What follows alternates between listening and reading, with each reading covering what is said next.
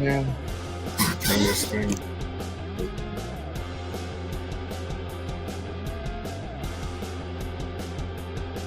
Right. Good evening and welcome to Sporlitics, where sports and politics mix and mingle. I'm Stacey Johnson. Joining me tonight is Aguna, the Nigerian moderate You're repping Republican. the birds. Keith, the constitutional conservative. Stephen, the independent thinker. And my cousin Todd, who's not with us tonight. 3 Michigan State university students were killed in a mass shooting on February 13th, and 5 remain hospitalized today in critical condition. Congratulations to the Kansas City Chiefs. That was really hard for me to say. I'm sorry. And during the game, the former 2022 Republican nominee for governor of Arizona, Kari Lake, refused to stand while the Black National Anthem was sang during the Super Bowl. The United States military shoots down the 4th object as China accuses America of trespassing with more than 10 balloons in China. A U.S. commander said he hasn't ruled out extraterrestrials. As preparations for the Daytona 500 continue, Kurt is out, Jimmy is back, and Bubba is popular. Again, Stephen will talk about this shortly. The U.S. military shoots down Iranian-made drones over oil site in Syria. Tiger Woods is back on the golf course professionally. The U.S. Department of Justice tells Florida Congressman Matt Gaetz that he won't be charged in sex trafficking probe, according to his lawyers. The Philadelphia Sixers host the Cleveland Cavaliers tonight, and millions of children are at risk of losing Medicaid coverage starting in April. Our thoughts and prayers to the victims of the earthquake in Turkey and Syria, and more, if we can fit it in. First up, Stephen, Bubba is popular. Why is he so popular? I have no idea. I guess everybody loves Bubba. I think during the class, what it was he did something to make somebody upset. He's made somebody mad. I'm not really sure what it is because I didn't watch the class because it was like a all-star game at the beginning of the year before the season even started. I couldn't even. It was like trying to watch the all-star flag football game. I couldn't put my eyes on it. I don't have enough time in my life to watch anything like this. And because it's all meaningless. So he did something supposedly to mess somebody up or to pee off somebody. I don't know what he did, but it'll draw interest because the Daytona 500 is this weekend. The first 2 qualifying races are tomorrow, starting at 7 on FS1. They take half the field and they start them at 7. See who does the best. Then they start again at 8:45. See who does the best from there. Then they find a way to get your qualifying order up, and the best, of course, rise to the top. And the best thing about this race is just watch it, just enjoy it. Don't put any money on it. This is nobody knows what can happen here. Like Denny Hamlin is the #1 contender. Everybody loves him, but this doesn't matter. This is a crazy race. This is an enjoyable race to watch because you never know what's going to happen. It's just mayhem, and they're going about 200 miles an hour around, and then you just don't know what you're going to get. So this is a good race to start off for the year. It comes on Sunday on Fox, I think around 2:30. It starts 2:30. But Stacey, what were you talking about? Jimmy's back. You talking about Jimmy Johnson? Yeah. And he's going to race this week? Is that what you're saying? According to that news. All right. Well, let's see. I don't know why he would. He retired a few years back. He needs to stay retired. He's got nothing to prove, everything to lose. He doesn't know anything about these cars. I don't understand it. I don't understand why he would do it. It could be very detrimental to him. He's one of the top. There's Richard Petty, Dale Earnhardt Sr., and Jimmy Johnson, and Jeff Gordon. They're the top of the top. That's like Jeff Gordon coming back to race. Why would anybody do anything like this? I don't get it. I don't understand it. Let your legacy stay. Don't mess with it. Just stay out. Stacey, okay. What are we doing right now? Granted, no disrespect to Steven. I get it. NASCAR, but are we really going to talk about NASCAR after one of the biggest? Well, I have to let it. We always start with NASCAR. We always start with NASCAR. Let me show real quick, Laguna, and then we're going to go right to you. Well, this is Laguna. This is Laguna playing.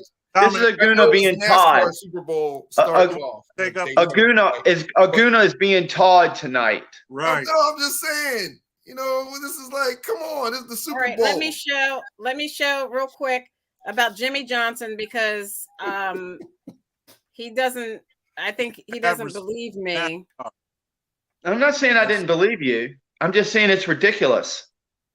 Yeah. I don't want to show you the video. But it said Jimmy Johnson should come back.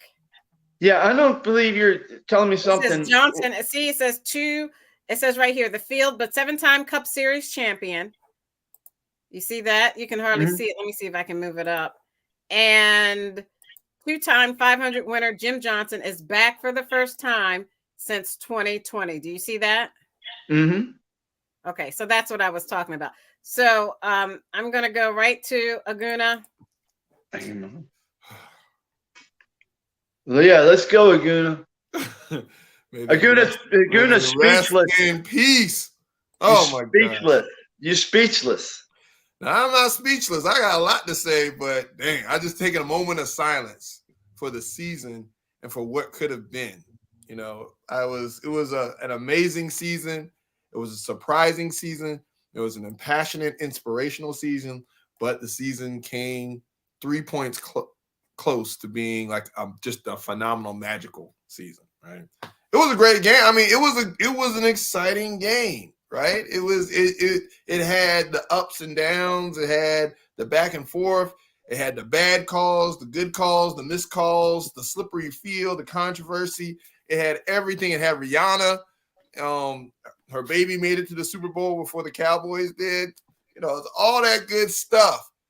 But it just didn't have an Eagles victory. And it could have went either way, but it went the way it should have went because Andy Reid, to his credit, did something that I have never seen Andy Reid do. He made adjustments at halftime, and he coached the heck out of this thing. And then Patrick Mahomes delivered. I mean, they ran the ball in the second half. Our late, great defensive coordinator, Gannon, who is gone now, didn't make the adjustments. They didn't play press. They did a lot of misdirection. They tried to do zone, and it came back to bite them. Okay, so wait. Let's get real. At halftime, we were up what to what? At halftime, we were up 24-14. Okay, so how did we lose at the beginning of the second half? How did we lose a 10-point lead just by Rihanna showing her baby bump? I mean, it wasn't really a 10. I mean, they got the ball back. So it wasn't like we had a 10-point lead and the ball. They had a possession there. So they had an opportunity when they came out after the half to score a touchdown. They did exactly what they needed to do to get back in the game, was maximize points coming out of that first possession and a half. So everyone's like, yeah, you're up by 10 at the half. Yeah, were you really though? And then how did they do that? So then my question was, as I sat there, because I had a great drive. They ran the ball. That's what I was talking about. Andy Reid. You all know how much I'm an Eagles fan, just as much as Aguna. Everybody knows that. But I just don't understand how Jalen Hurts, who played the game of his life in that Super Bowl, he was phenomenal. Besides that one fumble that caused him to score, he was phenomenal. No other quarterback has played like Jalen Hurts. Not talking about Jalen. Won the MVP on the losing team. What happened to the defense? How come nobody sacked Mahomes? Well, there's a number of different reasons why they couldn't get to him. Starting with the field was slippery. Starting with the scheme, they weren't playing press coverage. They were playing zone, so they weren't trying to. I mean, again, you have with Mahomes. They were playing press coverage. Patrick Mahomes is the best against the blitz. So even if but you they were blitz, playing. he's So, going to get so the ball if he's out the very best fast. against the blitz, why in the world would you blitz him? They didn't. They Right. didn't. They Right. were. But at the same time, they were playing zone. And what the Chiefs were doing is they were running a lot of pick plays. They were running a lot of misdirection, and they were attacking the middle of the field. They weren't really going to their receivers in the first half. They were going down the middle, getting it to Travis Kelce. Now, in the first half, When they they could stopped get it to the Travis Chiefs Kelce, they several could only times. give it to him once. After that, they shut What? Travis Kelce down. Well, that was in the first half, right? So they saw that and they made adjustments in the second half. And adjustments in the second half, they ran the ball, they ran with Pacheco, and they also did a lot of pick plays where they were getting the ball out quickly to the receivers. You saw Juju Smith-Schuster, you saw I think it was Watson, the other receiver. They got those guys involved, which was something very interesting because Andy Reid made adjustments he typically doesn't do. He That's got my the ball point. out Stop of right there. Stop right there. Why didn't he do the same type of thing when he was a Philadelphia Eagles head coach? I mean, again, because he's learned, he's not the same guy. I don't believe He's Andy matured. Reid That was 20 years ago. Can change his call. They were letting them play in the trenches, both sides. So that's why you saw. That's why it was a high-scoring game. And that's why we should not have lost on that last possession that Kansas City had, because now all of a sudden you're going to call it and you didn't call anybody the whole game. I mean, so there's two things about that. Was that a call they could have let go? Probably, but it was. He did. I mean, I've seen them call that before. I've seen them. They weren't really calling it in that game. It's a shame that they called it in that situation, but it was a hold. Now, I mean, it was within 5 yards. It's the discretion of the ref. You know, you look back on it and you're like, damn. I'm not going to say we lost the game because of that call, though. I'm not going to say that. I mean, we did not. I mean, it was a bad call, but I can't sit there and say that call caused us to lose the game. That's true. I agree. But you know what caused the loss of the game? The Eagles defense. Let me get Steven in on this. The Eagles defense not showing up. I don't understand. CJ Gardner-Johnson, he got in there. He knocked people out. But where was Hassan Reddick? Where was Brandon Graham? Where was Fletcher Cox? These guys, they were a half step off all night. So I'm not, again, they didn't have that big sack fumble play. They didn't have, I mean, they were trying to they were one step off of them. The footing was pretty bad, but at the same time, they had to make plays. I think the biggest thing was when the Eagles got the ball after the Kansas City Chiefs scored on their first possession of the second half. The Eagles got the ball. They went down the field and they settled for a field goal. Quez Watkins had a bad drop that was like right in his hands. And instead of getting let me finish. Hold on. Instead of getting a touchdown, they kicked the field goal. So they went up 27-21. And that right there was enough to shift the possession. Now you're not up a whole touchdown. Now you had the swing in possession there. And the Kansas City Chiefs just went down there, and it basically came down to whoever had the ball last. And we didn't have enough time. Right. So it was one of those momentum shifts in that instance. Even AJ Brown came out and said later, it's like once we had to kick a field goal, I kind of knew we weren't going to be in a position to win that game just because it came down to whoever had the ball last. Because neither defense was stopping each other. Kansas City didn't punt at all in the second half. We had the number one defense in the league all season, and all of a sudden we can't stop a ranked. What are they ranked? 4 or 5 defense in the league?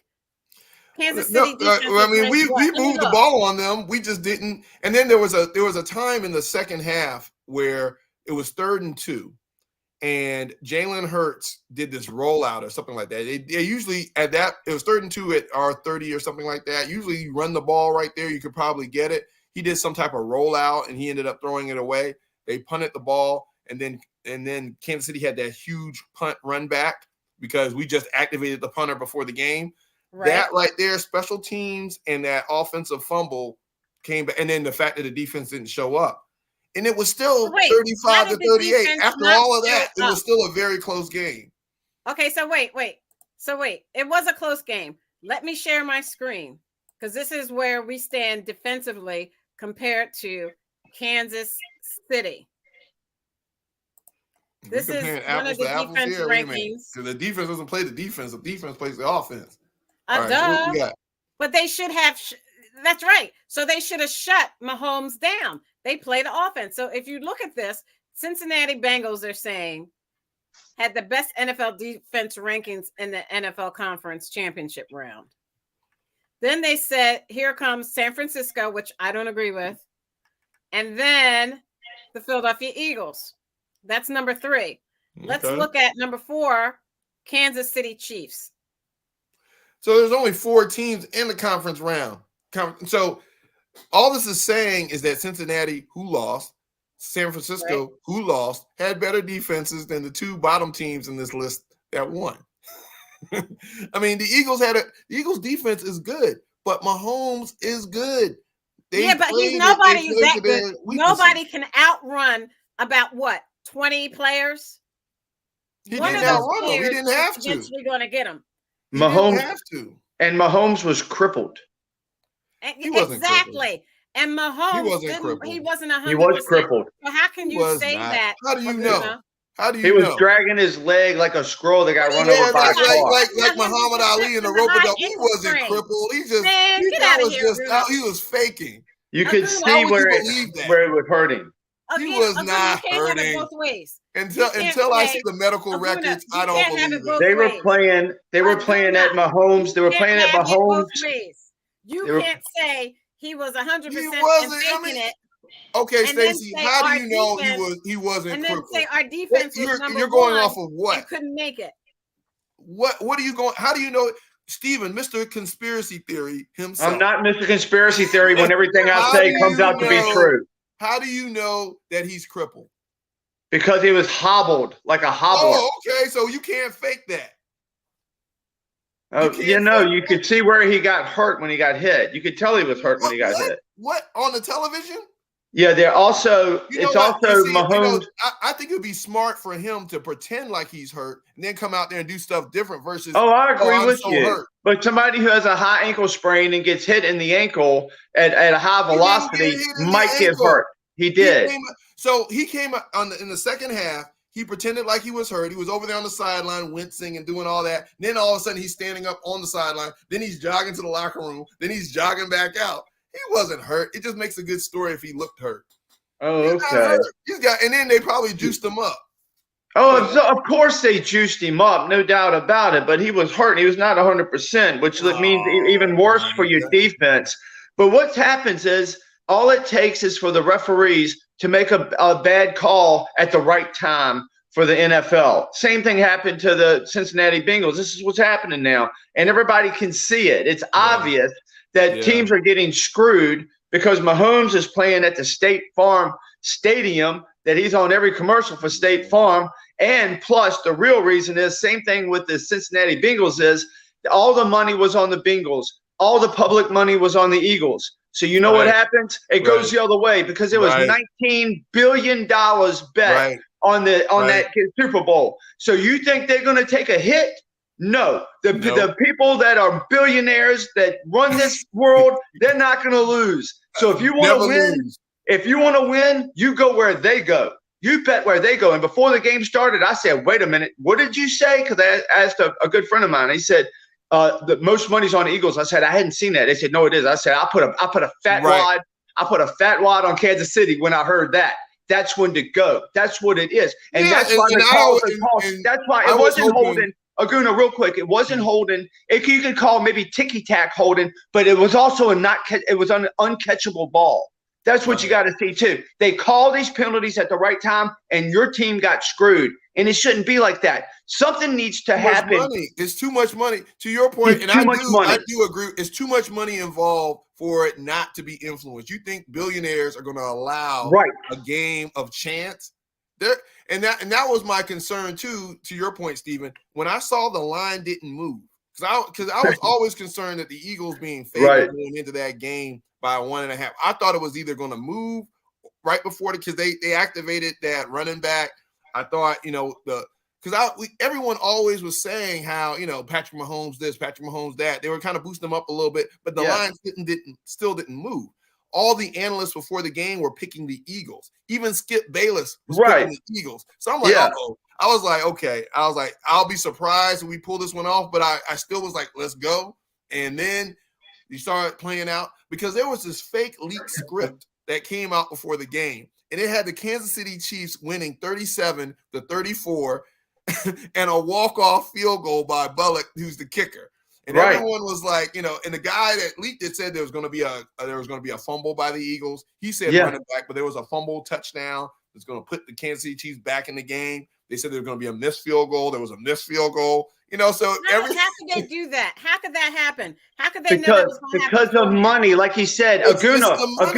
I mean, Aguna, wait a minute. With all due respect, played the whole game before the actual day of the Super Bowl. No. They influence it. It's by calling the refs easily. The refs can easily influence the game. There was a catch by Smith, right, on the sideline. It was by the rules. If it's not enough to overturn it, you have to go with the ruling on the field. All right. The Eagles players are all walking down there like it's a catch. I mean, it's not enough to overturn. Then all of a sudden, it's like you get the call from New York. Okay, let's overturn it. There's enough to be overturned. Even in the penalty before the fumble, there was movement by the Eagles line, but nobody moved. All the Kansas City Chiefs fans were pointing and jumping around and doing all that. Then the ref finally threw the flag. The ref that threw the flag wasn't even on the side of the guy that moved. So how could he see it? He just went off of what the Chiefs were doing. And again, that moved them back. The next play is a fumble. So the refs can easily influence the game. That being said, still no excuse. The Eagles didn't win. I mean, I equate football to wrestling. That's why Coach Mahomes had a wrestling belt. In wrestling, there's a script. Things play out. It's still athletic. You still got to be athletic. You still can get hurt. You can still do all these other things that happen.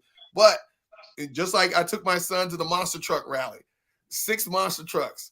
Gravedigger always wins. It doesn't matter how good Macadon does or all these other monster trucks do. It's still competitive. But at the end of the day, Gravedigger does the little signature move at the end to always win, I mean, again, we still watch it. We still are entertained. Right. It's still fun.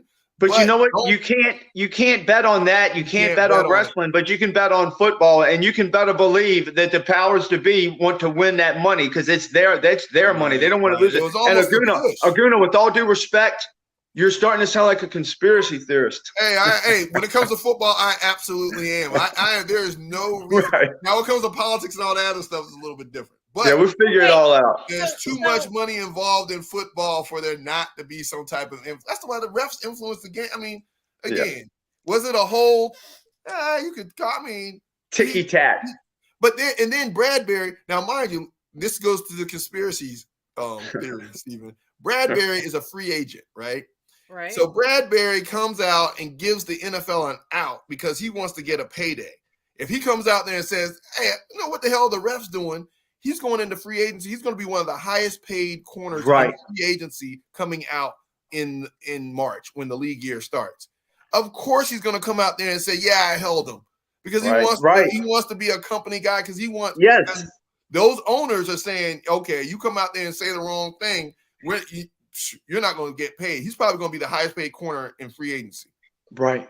You're right. So it's like, he gave him an out. If he came out there and said, "No, I didn't know what the hell, I don't know." They weren't calling that all night. Why did they call it then? Right. Then all hell would break loose. Yeah. Now people are questioning the NFL, which then calls on every play. The refs choose not to call it. It's funky. Then, they need to overhaul it. They need maybe take the referees out of it and get some kind of camera crew or something that can look at things over and over and determine what is real or not. And not leave it up to these bums who are in their pockets are getting filled by the NFL. That's all it is. It's just kickbacks to them. If $19 billion is on the line, in sports bets across the world, you think it's going to come down? I mean, you don't throw that flag. I mean, it's too much. It's like, but unless you want a certain outcome, at that point, there's only 2 minutes left. There was a lot riding on the fact that the Eagles wouldn't win that game. So if the Eagles would have drove back and kicked the field goal. What was the line? 1.5? So, I mean, it's either was going to be a suck that much that all of a sudden they forget how to play football and they just can't get after the quarterback all of a sudden. No. There are things being, I mean, granted, Kansas City has a great offensive line. Don't get me wrong. They probably have one of the best pass protecting offensive lines in the league. They're probably top 3 next to the Philadelphia Eagles. You know, Kansas City Chiefs didn't have any sacks either. They wanted a high scoring, highly competitive game, and they wanted a walk-off, close-knit field goal at the end to settle it all. They didn't want a blowout. They didn't want a bunch of injuries. Who They is wanted they? what they got. Who They is being the NFL. So wait, let me go back to this. Now, my former professor at George Washington University puts out this his predictions. He puts out his predictions. I can't seem to show it on the screen, but he puts out his predictions for politics every week, and he put it out for the Super Bowl. And this is what he said: favorability ratings among all voters. Now, they said Patrick Mahomes is 50% favorable. Jalen Hurts, 36% favorable. Andy Reid, 37% favorable. Nick Sirianni, 27% favorable. And Tom Brady, 52% favorable. Yeah. So wait, I'm not done. Let me finish. Yeah. Then it says Super Bowl team preference among all adults nationwide. He does these polls. And this is called The Lunchtime Politics by Ron Fauché. Ron Fauché was my former professor, but Ron Fauché also was the youngest Secretary of State for the state of Louisiana. Okay. Ron Fauché puts this out, and he has like a hand. Well, he's 96% correct all the time on everything. So he says, among all adults nationwide, which team do you want to win the Super Bowl this year? 30% wanted Kansas City Chiefs. 27% wanted the Philadelphia Eagles. And 43% didn't care. Now, let me finish. His comments are these. Americans are closely split on the Super Bowl teams, although the Chiefs have an edge. Republicans favor the Chiefs by 14 points. Democrats favor the Eagles by 1 point. Independents favor the Eagles by 2 points. Men favor the Chiefs by 4 points. Women favor the Chiefs by 3 points. Whites favor the Chiefs by 9 points. Blacks favor the Eagles by 10 points, and Hispanics favor the Eagles by 4 points. And he got this from the YouGov and the Economist poll.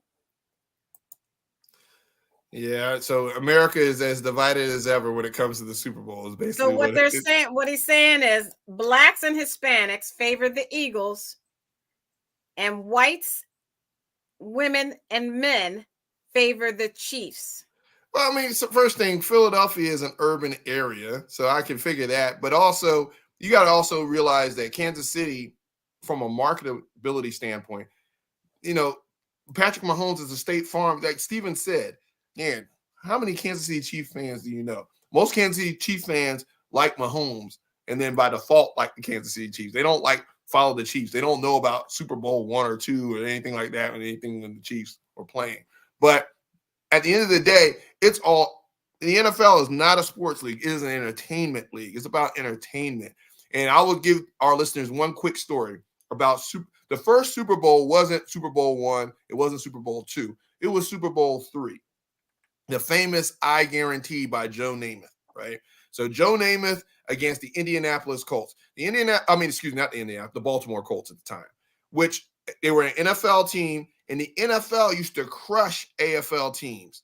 In fact, because they had the little NFL, AFL championships in 1 and 2, where the NFL just destroyed the AFL, they really weren't going to have a Super Bowl.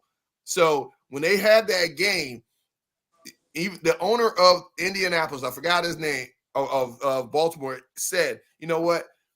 In order for the benefit of the league, the Jets need to win this game.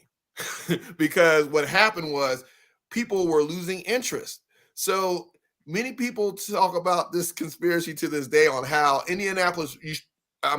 Baltimore moved the ball up and down against the Jets all game, but they didn't score. The quarterback always threw a pick or something like that when he got inside the 20 because they lost on purpose, because after that, the Super Bowl was actually the Super Bowl. The NFL started making money. They made licensing deals with the networks. It started coming on television, but it was all because the Jets won and the AFL was not expected to win at all. And if you look at the 70s, I think Dallas Cowboys were the only NFC team coming from the original NFL that won in the 70s because they were trying to make the NFL popular, the Super Bowl popular. And then you start seeing more competitiveness later on, and you get into the 90s and free agency and all this. Now it's just a complete entertainment because now you got sports betting and all this other stuff. So I'm saying all that to say the Super Bowl is just not just a clash of two teams going against it. It is an entertainment. It's about entertainment. It's about marketing. It's about the commercials. It's about the halftime show. It is this much about those guys on the field beating each other's brains out to get the ball moving up and down. So wait, so basically, are you saying that it's a fix-in? You and Steven said it's a fix-in for the Super Bowl, and you can't win unless a team paid for it, right? That's right. That's right. Well, I mean, there is some. There's It's pretty much. There's a script. It's a narrative. There's a narrative that plays out in every. But wait, what I can't get past is what you said earlier, Guna. And what you said earlier was this guy leaked this thing out about how the game would go. And I don't understand how you could leak out a fumble. How do you know the quarterback? Yeah, you got all these wackos on the internet, but it just seemed like it was what he said. And even though, I mean, I'll send it to you for our listeners to see, our viewers to see maybe in the next show. But it had the Kansas City Chiefs 37, the Philadelphia Eagles 34 walk-off field goal. And I'll be damned if that wasn't. I mean, okay, how it was 38 to 35. How can you predict the actions of hundreds of players? Well, it's not hundreds. It's not. I mean, again, no. And you don't have to predict the actions of every player. You just have to influence the refs. Because again, Andy Reid as a coach has a script of plays that he runs. Right. Sirianni as a coach has a script of plays that he runs. When you watch the 49ers Eagles championship game, the Eagles took their foot off the gas because at the end of the day, they were about to blow the 49ers out. It could have been 50-0 in the first half. And why did they take their foot off the gas in the Super Bowl? Well, they didn't take their foot off the gas. Things were influenced. I mean, they weren't. I mean, they moved the ball pretty well, but you had a couple of drop balls. Quez Watkins drop could have been called for pass interference. It wasn't. He still should have caught the ball. Yeah, that should have been called for pass interference because it could have been. They didn't call it, but he still should have caught the ball, right? If he had caught the ball, they probably would have went up 10 points again, and you wouldn't have had that huge momentum shift. They had to settle for a field goal, and it gave Kansas City an opportunity to take the lead for the first time in the game. Also, with the Jalen Hurts fumble, again, nobody touched them. But that doesn't mean they lost the game because of a fumble and a bad catch. Well, it's a combination of things. You start not calling holding. You start calling that quarterback sneak by the Eagles has worked all year. In fact, they get 3 yards off of it. So you're 3rd and 2 on your own 30, and you're going to pass the ball, knowing that this team hasn't been able to stop you running all game. Why do you do that? It could be Sirianni overthinking, could be an immature coach, but at the same time, they could be playing out a narrative to get some drama at the end. I do think it was going to play out that if Jalen Hurts had that ball with a little over a minute left, it was going to play out. I'm not going to say he would have won the game, but it would have played out a lot better than, throwing a flag on a pass interference. Now they run the clock all the way down to 10 seconds. It's like that's anticlimactic versus what it could have been. Okay, so let's look at the screen. The Cardinals hired Eagles defensive coordinator Jonathan Gannon as their next head coach. Yeah. You want to comment on that? He knew. So Jonathan Gannon knew that he wasn't going to get another head coaching opportunity other than this year. A lot of people say that the Eagles had an easy schedule. They were able to beat up on some teams. But if he would have come back next year, and especially with the influx of free agents and the changeover that's going to happen with Philadelphia, he would have been exposed and may not have gotten a head coaching opportunity. Not to say that he's not a good coach, but I think this was probably the only opportunity he was going to get for a while. If he didn't take it, it wasn't. And most people in Philadelphia aren't sad to see him go. I mean, again, you don't get to the Super Bowl without good coaching. Period. Yeah. I don't So care. you're sad to see him go, aren't you? Because he's a big part of your defense, right? Well, you don't want to see him go. I am sad to see him go. I would like to see continuity, but the other part of it is, it's going to be a new defense anyway next year. So it's like this would be a time to make a switch. Why is it? Because we have a lot of free agents in the defensive line that'll have an opportunity to leave and go somewhere else. And see, this is the problem when you go to the Super Bowl and you don't win it.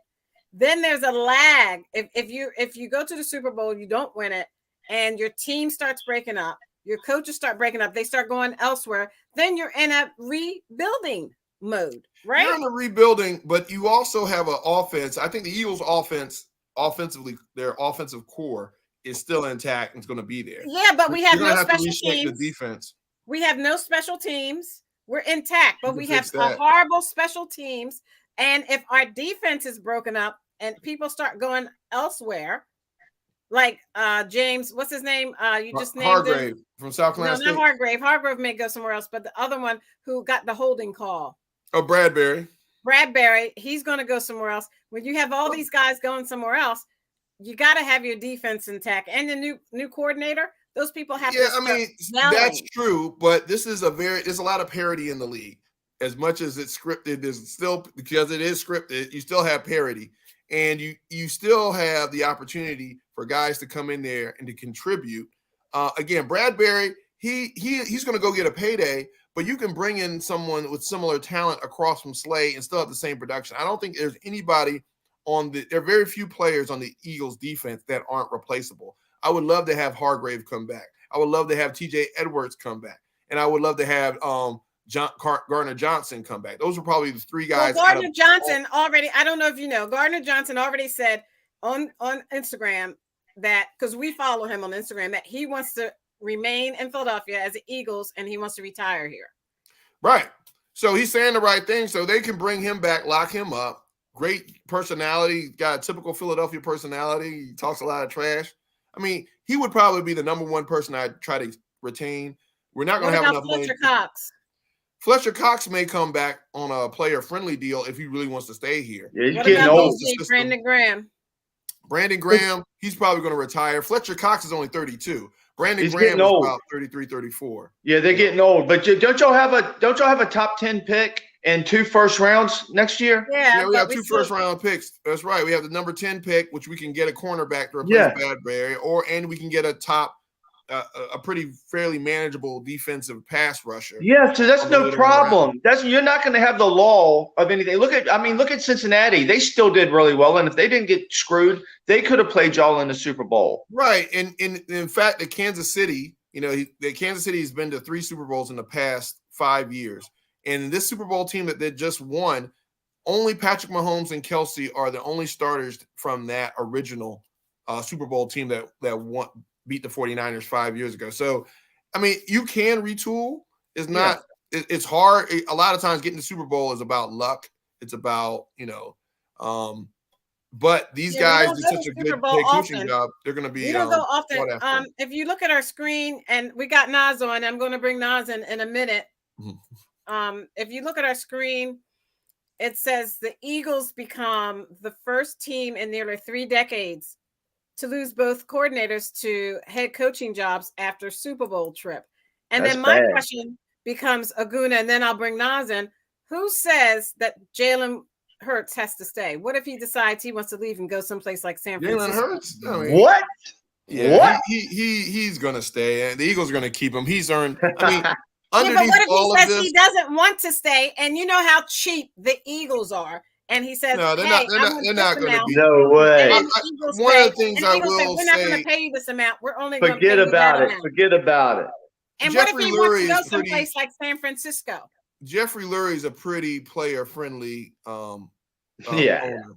I mean, it's funny because even when you look at what's happening with the coordinators, the Eagles have been fairly, there's a bad word on this show, but progressive when it comes to like coaching, hiring, and hiring from within and giving guys opportunities to contribute early in their careers. And so, I like this guy Johnson is going to come up to be the offensive coordinator. Brian Johnson was coached by Jalen Hurts' father, Coach Avarian Hurts, and he was coached by him in high school.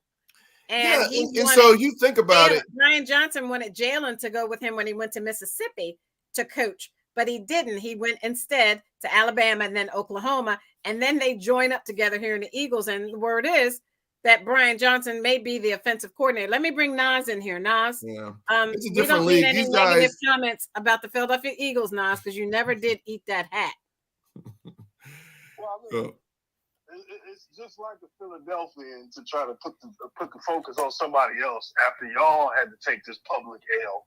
But it is what it is. You and your little communist team, I think you're going to refer to them as progressive. So from Keith, that means communist. So you and your little communist team, you got to sign some people. This is what the GM is paid for. Why y'all always trying to make discounts for the team? Man, pay them people their money, man. Give Jalen all the money. Give that pass rusher all the money. Go sign Bradbury too, man. Do what you got to do, man. Quit being cheap. Yeah, I mean, it is a business, but I mean, it is what it is, man. And now I know how the Falcons feel with, the second half collapse and everything. So it's one of those things. It's not a good feeling, Nas. Now I see why you're so angry. Now I see why you're a Marxist. I see why you're a Marxist, Nas. Oh, see, I shouldn't even brought that up. Now you're helping Keith with this nonsense. Anyway, look, the Super Bowl, like just overall, the NFL is a lackluster product. It's a great game. We love the game of football, but the organization of the NFL, meaning Goodell and company, they got this guy, the sod father, so-called. They've been working there for 200 years, and they tell us he's the greatest grass technician, and da-da-da-da. Then we get to the game, and everybody's sliding all over the field because them getting all their markings down and all this stuff for the cameras, for the overhead shots is more important than the actual game. So then we get a game to where the Philadelphia pass rush doesn't matter because nobody can get any grip, and that changes the whole trajectory of the game, a la Cincinnati versus Buffalo, when they couldn't get to Joe Burrow because of the snow. But that was natural elements. This is human failure. Again, the NFL is a terrible organization. As much as I love football, grew up on it, and it's like a drug. I can't quit. I'm still watching, even though I know all of the terrible things about it. So, I just wanted to get that in there. No, you're right. And if you look at Hassan Reddick, his technique, he has this swim technique where he actually goes almost parallel to the ground underneath the arm of the offensive lineman to get up and under and at the quarterback. So you go in parallel. It's like a Michael Jackson move. It's like this whole swim move where he dips underneath. And if he doesn't have any footing, I mean, it works great in Philadelphia. We got grass, outdoors, and all that. But you're on this turf and you just slip. You're basically taking yourself out of the play. You saw a couple of times where he was just completely. I mean, one time the offensive lineman sat on him because he was like, you're already on the ground. Okay, I'm just going to sit on you, and you're out to play permanently. You can't even get up. So yeah, the footing was bad. Not to say excuses. I'm just saying it impacted the game. You could clearly see that. It wasn't, but that's to the league's benefit. Look, the NFL wanted that, though. Bringing that up, it's not an excuse; it's a reality. Now, people will say, "Well, Kansas City had to play on that same field." Well, Kansas City's advantages weren't in pass rush anyway.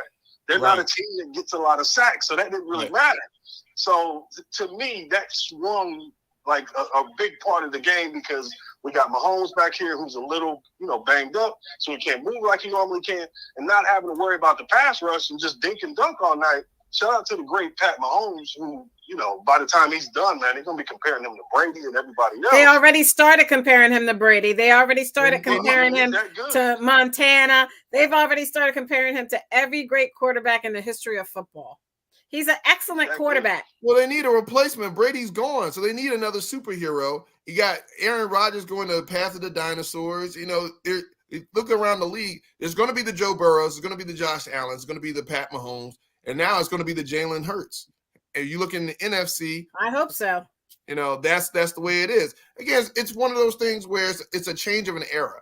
And even though the Eagles lost in the Super Bowl, which sucks, of course it sucks, but you see Sirianni is a second-year coach. He's a second-year guy. He got to the Super Bowl, right? Jalen Hurts is on a rookie deal. This is the blueprint for other franchises around the league to say, you know what, make a couple pieces here, get one of these up. I mean, you see the trend. I mean, these coaches, these young coaches, young/white coaches, a lot of times they get these coaching jobs thrown at them because, again, they're looking at analytics. The way that Howie Roseman is using analytics to evaluate these guys and to bring people in and to actually, I mean, again, it's not perfect. You got the Raegers, but you also have the Hassan Riddick, the things that he's bringing in there to kind of put the pieces together. So, you know, we'll see what the offseason does. But again, you're getting these young coaches. I mean, white, black, or whatever, but they are young coaches that primarily white, but they're still young. They're not these old fossil dinosaur coaches that are running around here, you know. Okay, so like the old fossil that just won the Super Bowl.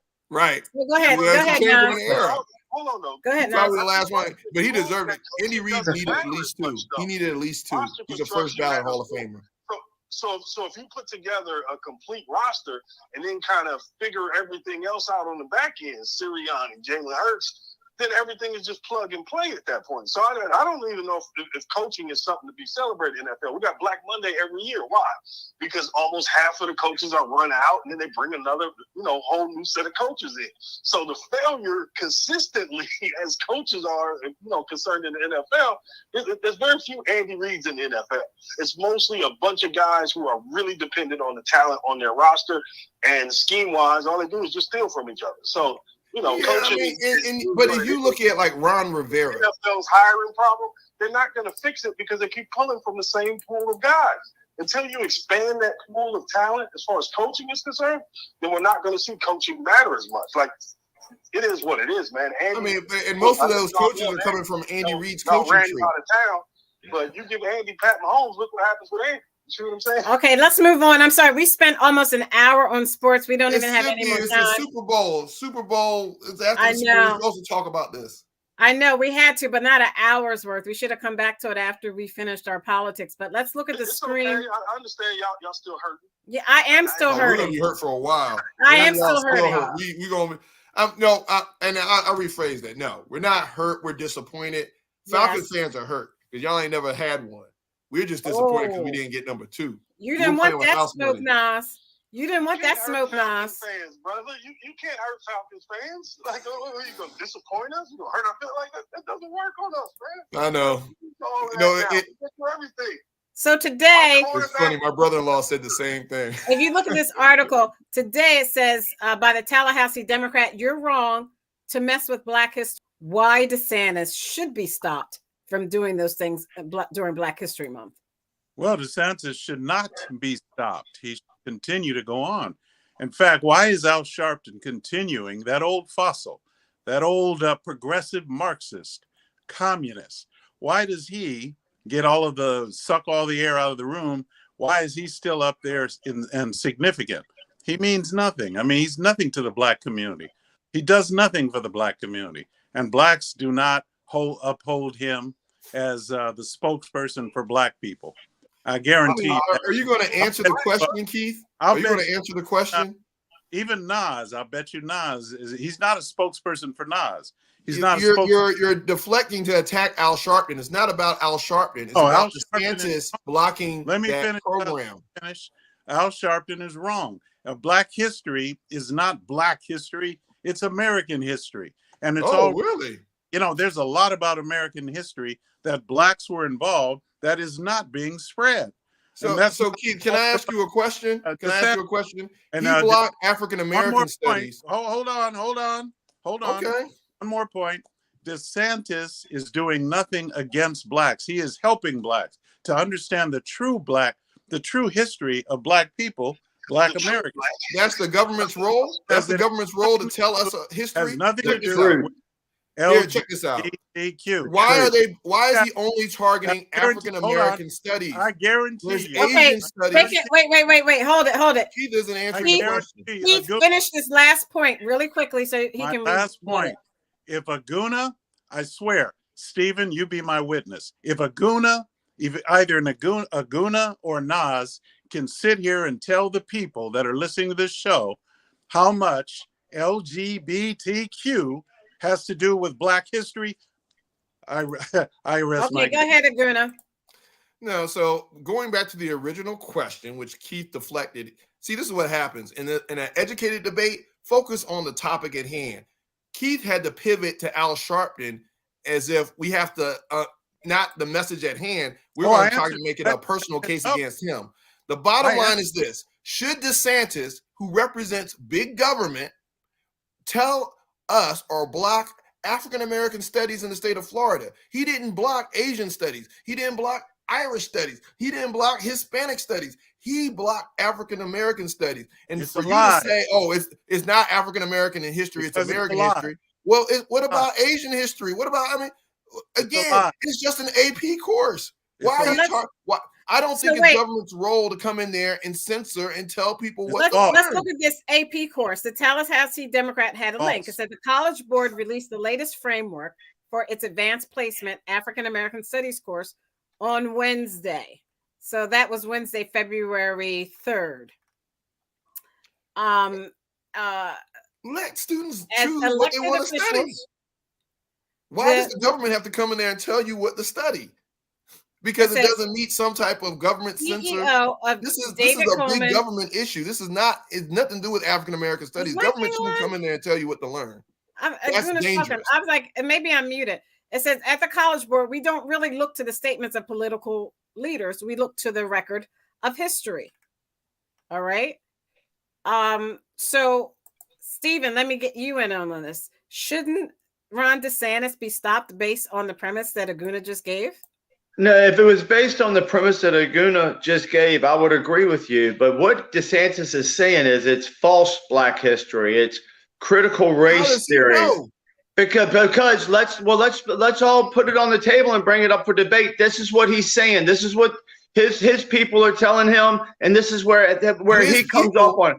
DeSantis is not a bad guy that doesn't want Black people to know Black history. He's saying, why didn't he go to the College Board and say, "Hey, let's talk about this"? Why? This is what I'm agreeing with you, Aguna. Let's go ahead and do that. Let's go ahead and bring it out to the public and see where it goes from there. I mean, I want people to learn history that's correct, not history that is fake history. But who tells? So you think the government should tell us what history should be? He's not the government. He's just the governor of his state, and he's doing what he wants to do in his state, and that's what governors do. That's a dictator. It's not a dictator. It's a governor. Yes, it is. He doesn't have that much power, like Stacey said. He can still do.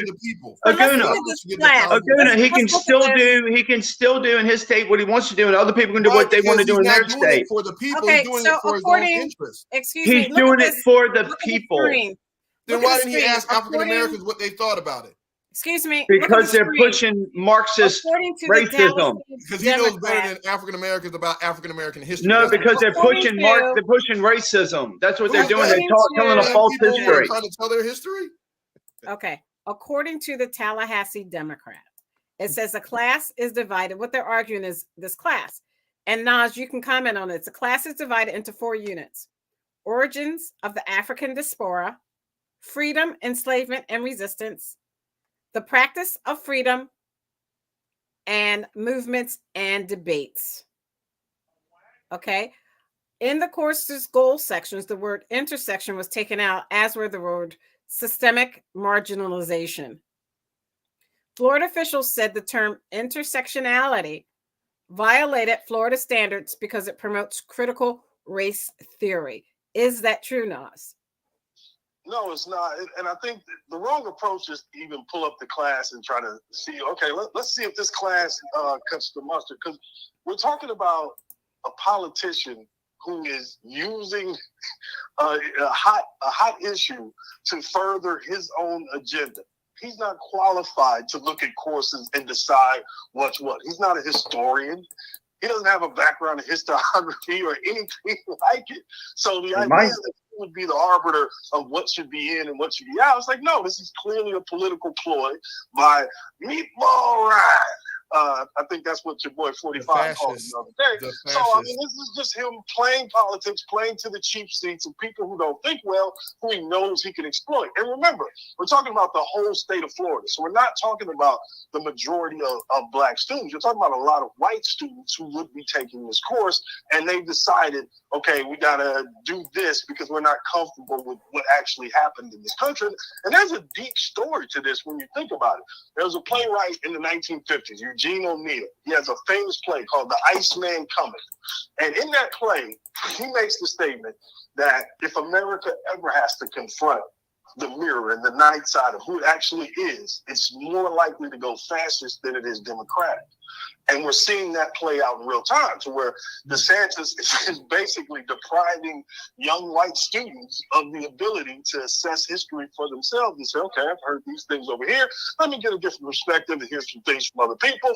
And then that does what? Gives you a complete education, as opposed to indoctrination, where you're saying, pull these things out of books, pull those things off the shelves. We don't want these kids to learn these things. We'll just yell Marxism and CRT every 10 seconds, and then that'll get people off it. No, this really is a rally of a rally of races, to be honest. So this is kind of poking at that latent racism that he knows is there, and he's figured out he can draw a crowd from. So let me ask. I can understand why Trump is kind of upset watching somebody steal his maneuver. Like, so let me ask Stephen. Stephen, the history is not supposed to make someone feel any particular way. It's history. When I look at the history of America and what they did during the Revolutionary War, I don't feel an emotion about it. I just think about what happened.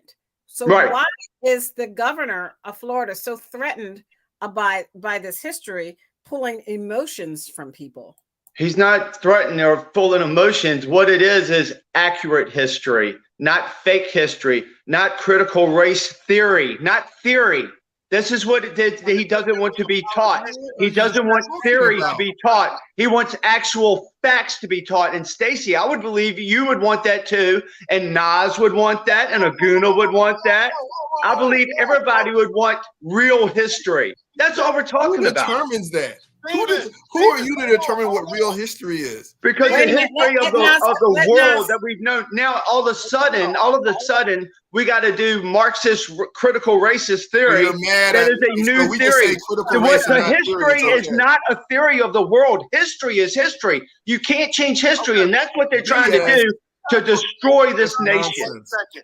Okay, go ahead now. Stop for 1 second.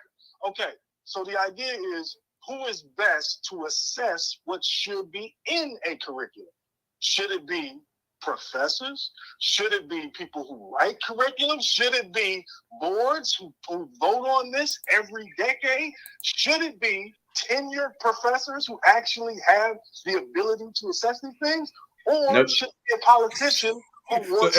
No, it should be historians that do not have biases who want to change the truth. Not a politician, right? It needs to be real historians.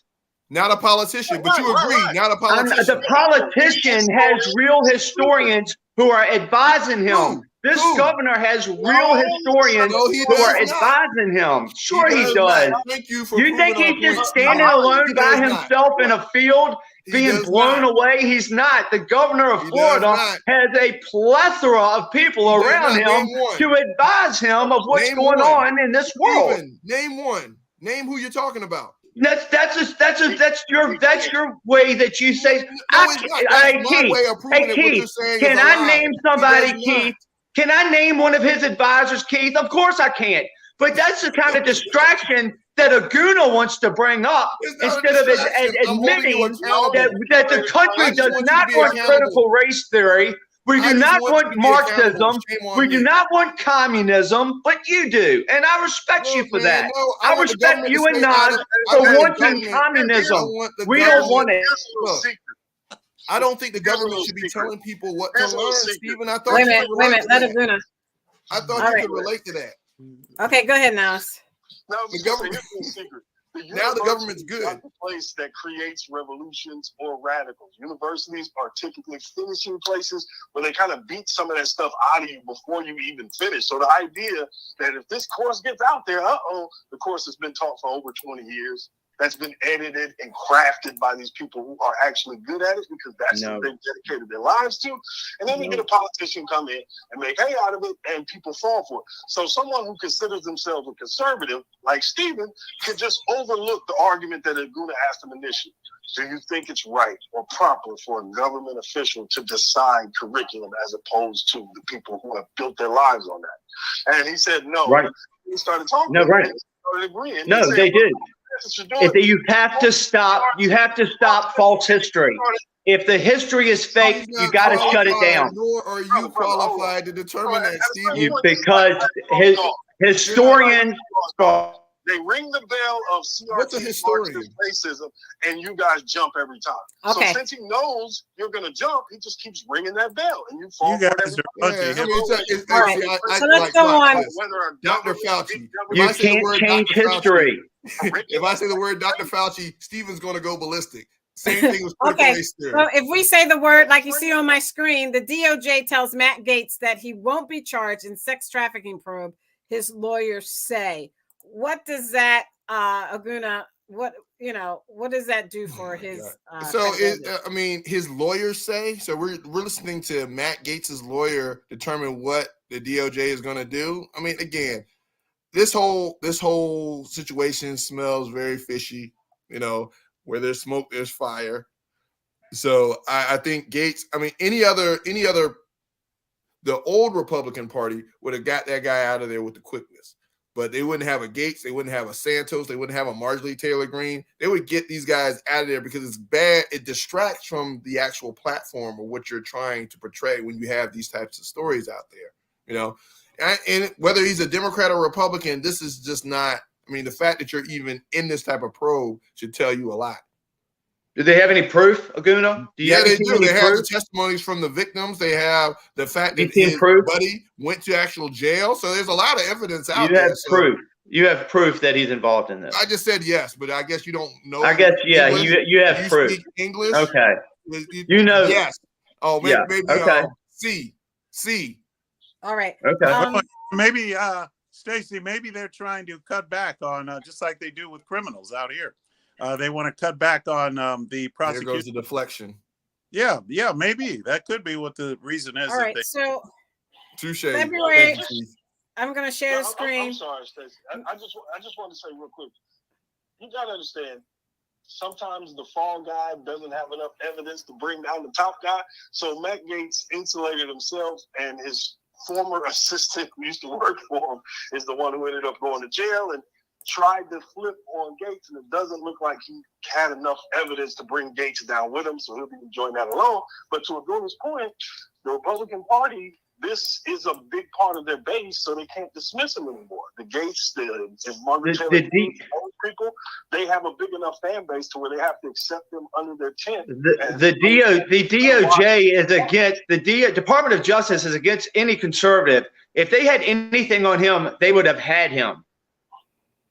Okay. So if we looked at the whole DOJ, Merrick Garland included, who has voted as a conservative for a long time. Matter of fact, that was why Obama initially tried to put him on the Supreme Court, and the conservatives still knocked it down. That was seen as an olive branch because they were bringing on a moderate. Now, if we go through the DOJ offices, you think the people in there are leftists, or are we talking about typical centrist people who've worked in public spaces for decades, which is how they got to rise all the way to something like the DOJ. The DOJ is not some kind of Marxist leftist thing that's going out. The DOJ and the FBI are the two most corrupt corporations in this country. Sir, you gotta let go of sir, they are corrupt. Everybody's not out to get you.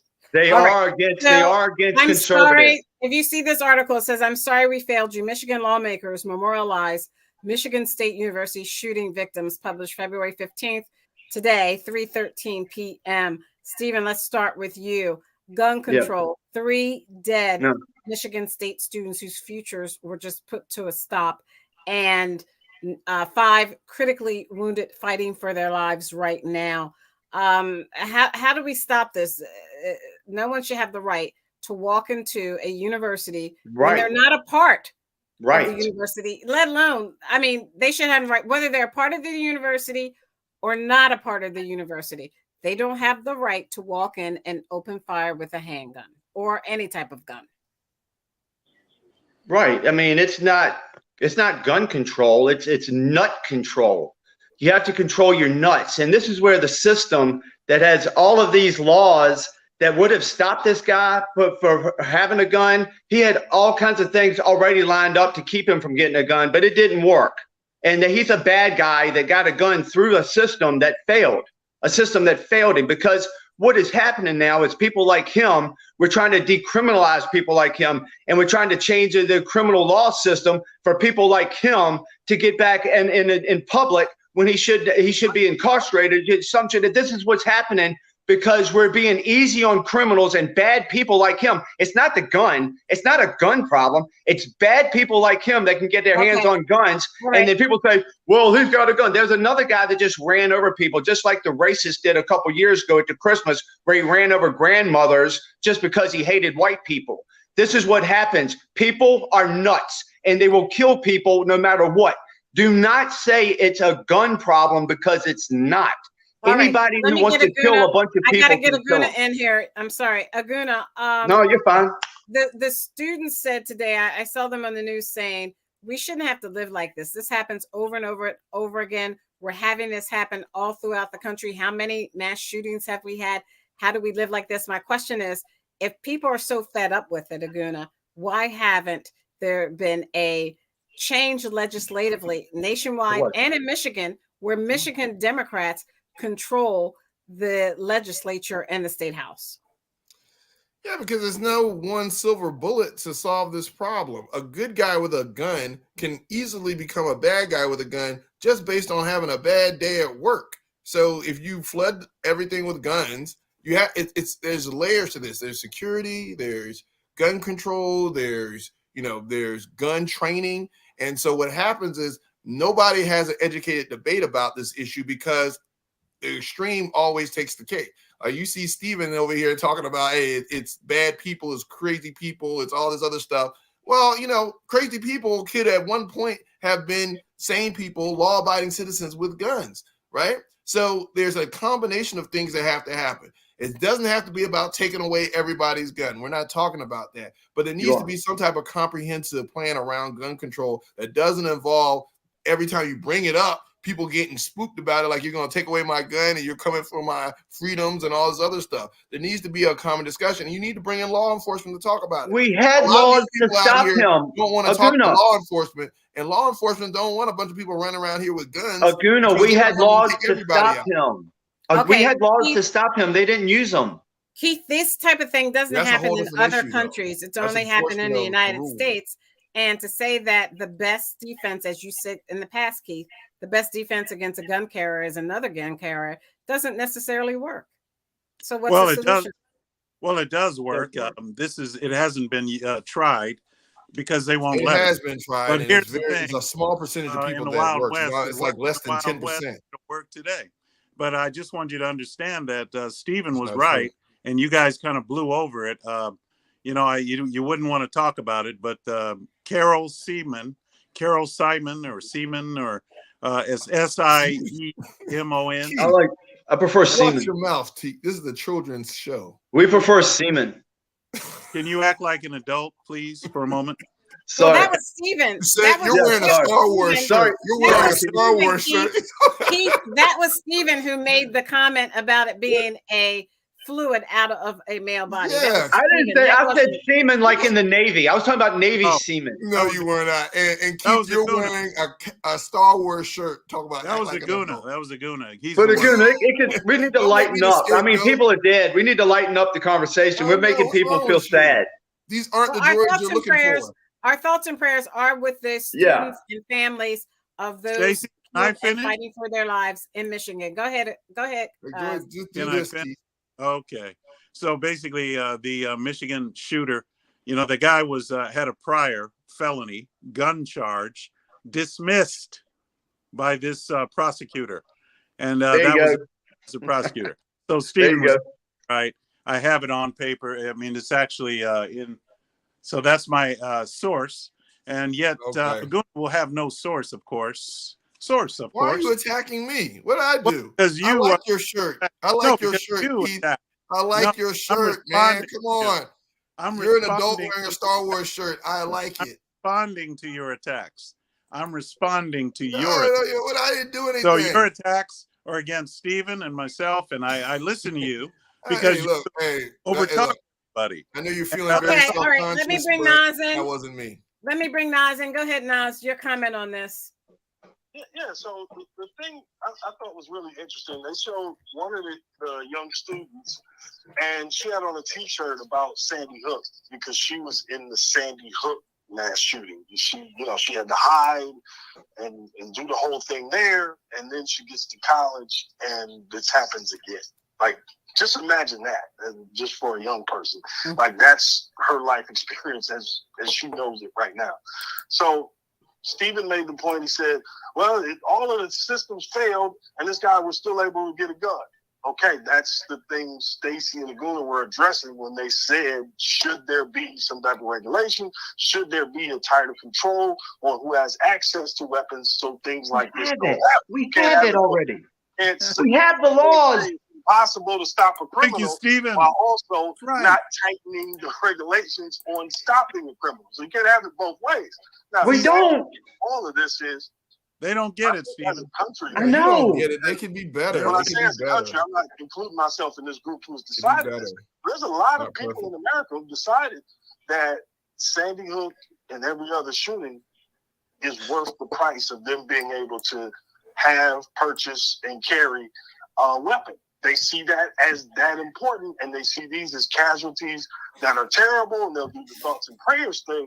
But as far as changing anything that could stop it possibly happening in the future, they're not willing to go that far. And it's political suicide for any politician to really bring up the idea of more regulation for guns.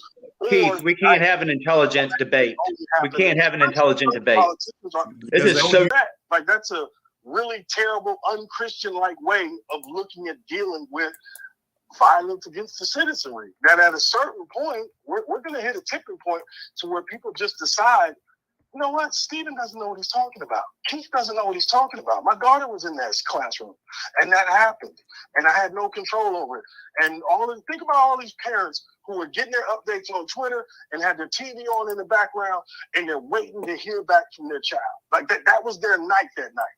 I hope my child is okay. I hope my child is okay. Then feeling guilty because you're only concerned about your child. That's what those parents' nights were. Michigan State University. You did everything in your ability to raise that child to where that child was qualified to go to Michigan State University. You got them on the fast track to the good life, and that's how you spent your evening.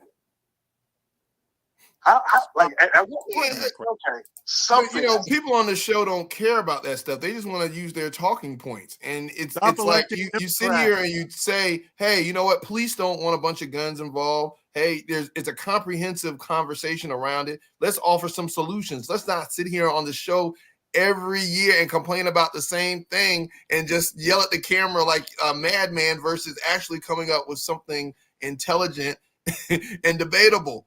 So if you want to come up here talk about an intelligent debate, why don't you come up with some solutions and stop whining about it? That's all I'm saying. The solution is stop voting for Democrats. That's the solution. Yeah, and that's the adult, right? Let's all grow up. Let's not vote for the other people who have ideas too. Let's not be a democracy. Let's just shun those people.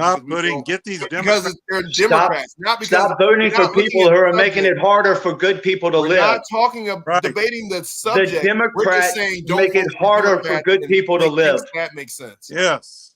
Thank you. Okay. They make it harder for good people to live. Let's look at our screen. We're almost out of time. We have to move on. The more you talk, the dumber we get, Keith. How a fog of questions over a spy balloon and UFOs fed a diplomatic crisis. U.S. officials now suspect that the balloon was sent to spy on bases in Guam and Hawaii, and that other downed objects were not surveillance machines.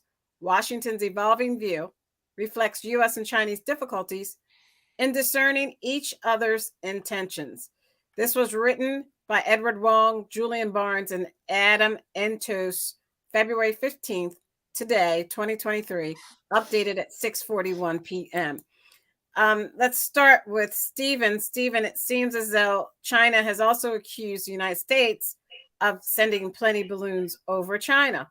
Two wrongs don't make a right. What is the solution to de-escalate any tensions between China? Oh, I don't have any idea, and I don't believe China at all. China, we are not flying balloons over China. We don't need to, and they didn't need to fly balloons over us. We can spy on each other any way we want to do it. We don't.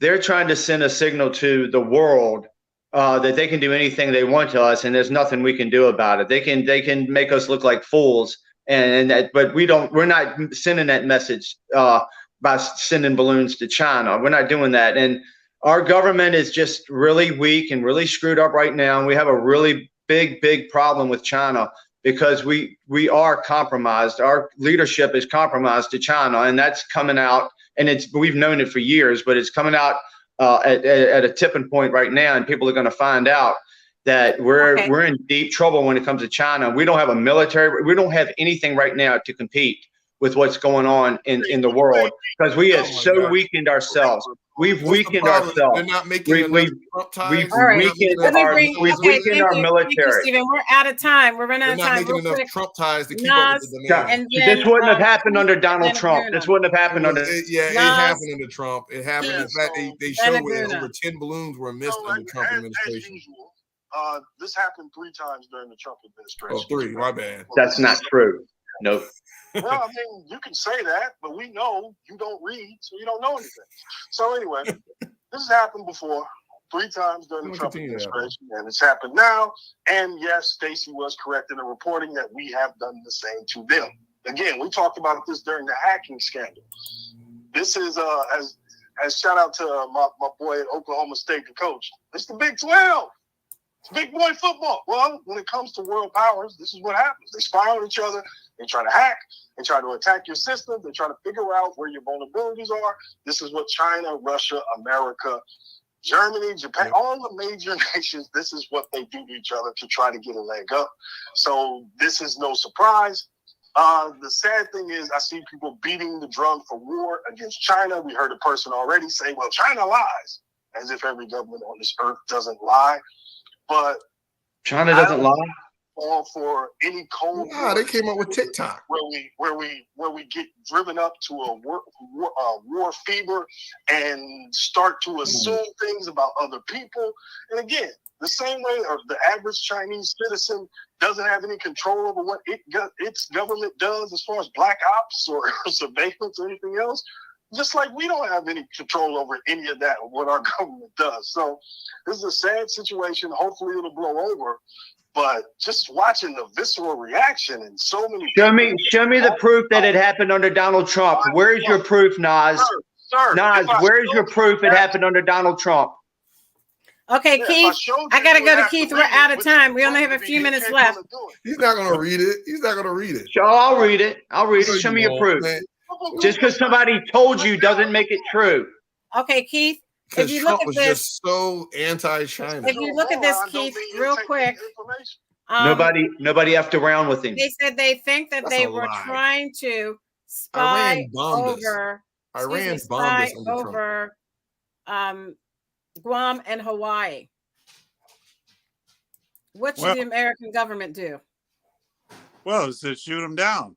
I mean, we don't shoot. They don't fly. They did that, but how do we prevent more from coming?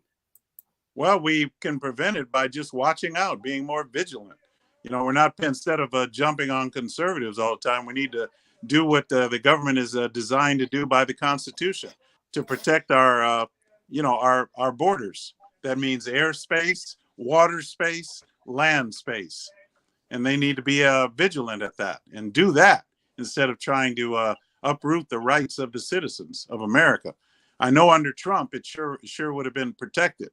He would have blasted the hell out of He sure would have. He would have said, China, stop sending those balloons. Build more ties. Build more ties. Build more of my ties. Stop sending those balloons. Look, this is a dog and pony show, right? China's been spying on us. We've been spying on China. Yeah, they didn't shoot things down right away because they wanted to capture it and actually study it. Just like there was a spy plane that crash landed in the ocean and China went over there and pulled and took the plane apart and all this other stuff. It's a tit for tat. I mean, this is not anything new. They could probably spy on us better from satellites. Again, they have satellites. We have satellites. I mean, there's very little places that China can't get into, especially Mar-a-Lago. They were all over there. So you better believe they have better ways of getting information than just sending a balloon everywhere. But again, I think part of it is a deflection, it's a distraction. And when you start looking at China and again, this is the military industrial complex. Now, if you get the fervor up enough, you're going to start spending a lot of money in surveillance, more so than we already have. And the U.S. has the #1 military in the world. Yeah, China has some capability, but we have better capability. There are things that we can do to China before they even think about doing something to us that we can knock them down. And that's just a fact. I mean, there's some things out there right now that you wouldn't believe. And so I'm not afraid of China. In fact, we both need each other because they're building stuff, we're building stuff to attack each other. So it's like it's an economic situation that we should love. Okay, so I want to do a roundtable, but plus they own a lot of our debt. So it's there's like a few things in the roundtable I would like to do. One, I'd like to talk about. First thing, we'll start with Keith, then Stephen, then Nas, then Aguna. Number one question, we got to do this fast. Number one question is, why hasn't places like Dubai, Qatar helped Turkey and Syria now with this horrible earthquake and human tragedy of over 30,000 people dying? Why do they look to the United States instead of other countries like that? Well, it's for obvious reasons. The United States is still the greatest nation. At least we seem to be the cash cow of the whole world. Everybody comes to us for help. So that's why, and yet. All right, that's the one question. Now I got to go to, okay, Stephen. Mm-hmm. What's your answer? Oh, Keith, I agree with you. We're the cash cow, but we're not just a cash cow. We're the whole farm. We're every animal on the farm. We're the cash, every animal that you could ever imagine. That's what we are to the world, to our detriment. Thank you, Nas. This guy. No, that's actually not true. The whole globe is donating and delivering supplies. They even got supplies from Zimbabwe. Yeah, but not so much supplies. They needed not so much supplies. They needed supplies, but they really needed that machinery to help them move that concrete out so they could still rescue. It's a miracle. God has allowed miracles that they're still rescuing people alive, but they needed more machinery and people to help them rescue more of their occupants. And that's why I'm asking, how come countries like Saudi Arabia, Qatar, and Dubai have not assisted? That's the mistake there. So this is the American ego talking. We are not the world. The rest of the world is donating too. The problem is the machine you're talking about. See how it is, Stephen? Of moving those things from your area to a disaster area. It takes time, and it's really difficult to do. So the nations who can, and also companies, because companies have been involved, Caterpillar and a few others, they're doing everything they can to get it done. But this is not some kind of, this is not even a black mark on America's inability or I don't know, negligence on helping these people. All right, Aguna, same question. And don't forget the dollar is the world back currency. We have the #1 currency in the world is the dollar, right? So a lot of these countries, and because of that, we have a lot more influence and interest in other countries prevailing than most countries, right? So yeah, we have a huge stake in the game. We have a huge State Department in which we are influencing other nations and making sure that they do things our way, aka Turkey with missiles stationed there for us and doing those things, watching Russia and all that stuff. So we have the best interest to help out with these countries when things happen like that, because we're buying influence and they're buying and using a lot of our manufactured goods here in the United States when they do these disaster recovery efforts.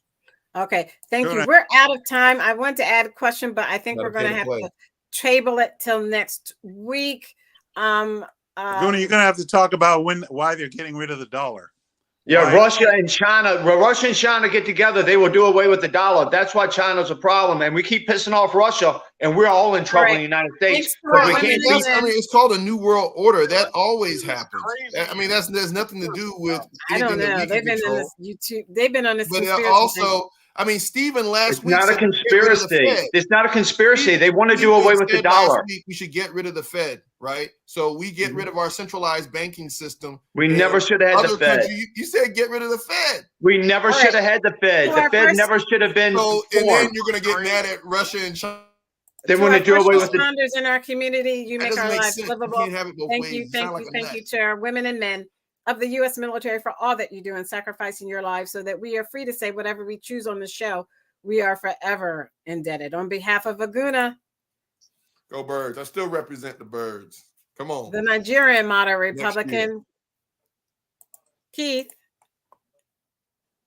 he left. The independent the constitutional conservative, Mandalorian. Stephen, the independent thinker, Thank God he's out the basement. The FBI is still looking for you, though. They and will my never cousin find me. Todd, who wasn't on the show tonight. Thank you, Nas. You want to make a quick little?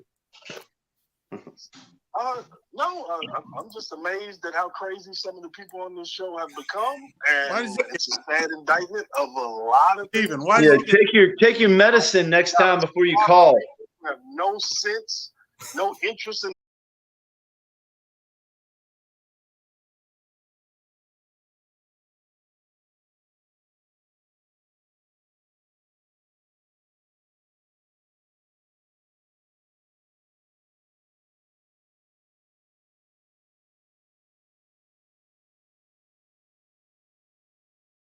And because of that, they're just angry and ignorant. Not All angry. right. Thank you. I'm Spitting the Stacey truth. Johnson. Let's Spitting keep the this truth. conversation going on Twitter. Check out our new Instagram page. Check us out at Twitch, TikTok. Stephanie Stallworth, The Flow Television Network, and check out our Instagram page. We'll see you next week. Good night. Night.